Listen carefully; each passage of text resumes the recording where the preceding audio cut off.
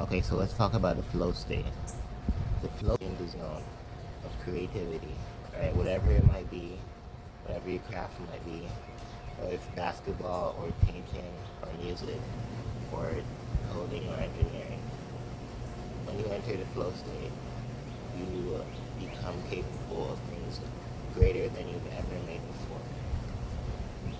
So you need to be going into the flow state more often. And you do that by just starting, by just getting into a state of creativity, getting into making something. And once you can get into that, you're just gonna be overflowing with ideas and it'll come out of you easily and effortlessly. Right?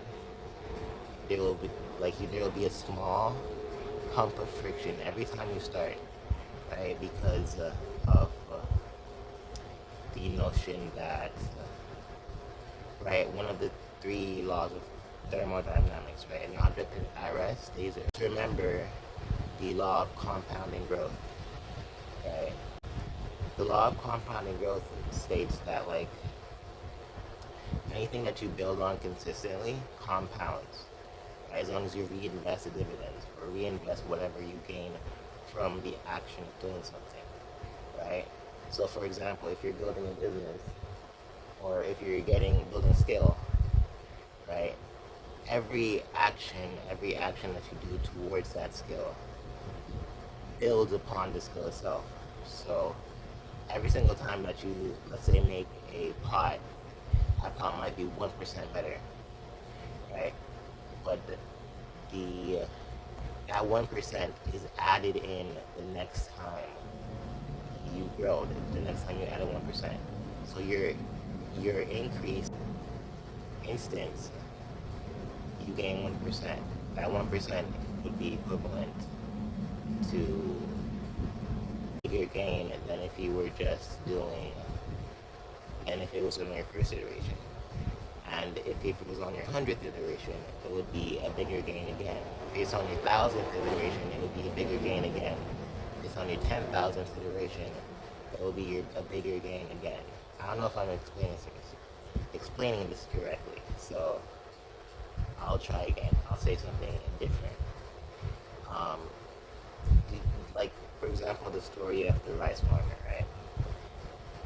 A rice farmer, I'm just doing this off of memory, but I remember that, like, a rice farmer asked a king to just give me 1 grain of rice, and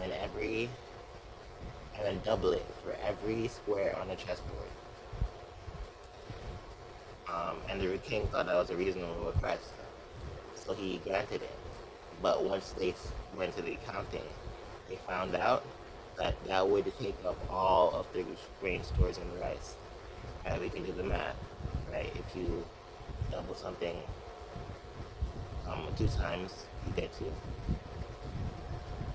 Well, if you double something 1 time, you would get 2. Twice, 4. 3 times, you would get 8. If you double it 4 times, you would get 16. And then 32, and 64, and 128, and 256, and then 512, and then 1024. Right? That's 11 iterations. We have 64 left to go. So, or we have 53 left to go. So let's say on your 20th iteration, it was going to go straight up to 1,000,000. On your 30th iteration, it would go up to 1,000,000,000. On your 40th iteration, it would go up to 1,000,000,000,000. On your 50th iteration, it would go up to a quadrillion. On your 60th iteration, it would go up to a quintillion. Right? That's more than anybody can comprehend. That's a lot of rice. Actually, your body is composed of, I believe, around the quadrillion mark, right? And we know that, like, you have trillions of dollars, but we've never really gotten to quadrillions of dollars, right? So, right, we're going bigger numbers than we can even comprehend, and that's only on your 60th iteration.